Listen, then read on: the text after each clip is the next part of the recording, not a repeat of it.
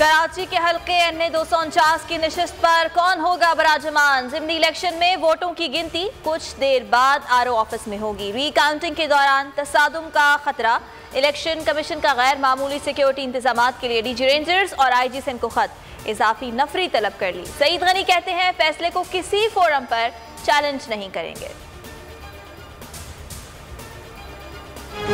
P84 Khushab पर ज़िमनी इंतखाब के नतायज आ गए। बल्ला घुमाना तीर ने किया शिकार, शेर की गूंजी दहाड़।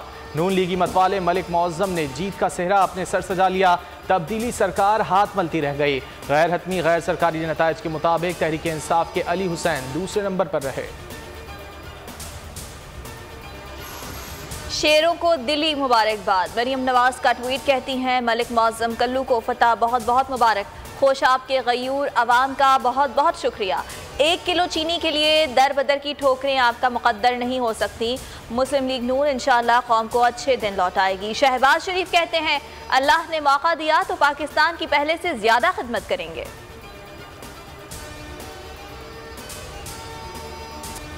मुल्क भर में कोरोना के वार जारी, मजीद 108 मरीज चल बसे। अमवात की मजमूई तादाद 18,458 हो गई। 4,198 नए केस रिपोर्ट। मुस्बत केसेस की शरह 9.3% रही।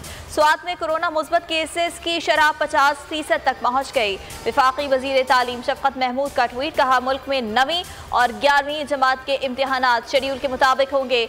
सऊदी हुकूमत का रवां साल भी गैर मुल्कियों को हज की इजाज़त न देने पर गौर।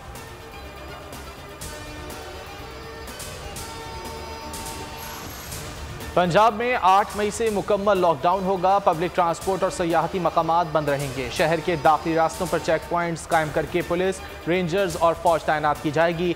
वज़ीर सेहत पंजाब की ज़ेर सदारत इजलास में फैसला। यास्मीन राशिद की आवाम से एहतियाती तदाबीर पर अमल करने की अपील, कहा ईद पर गैर ज़रूरी सफ़र से गुरेज करें।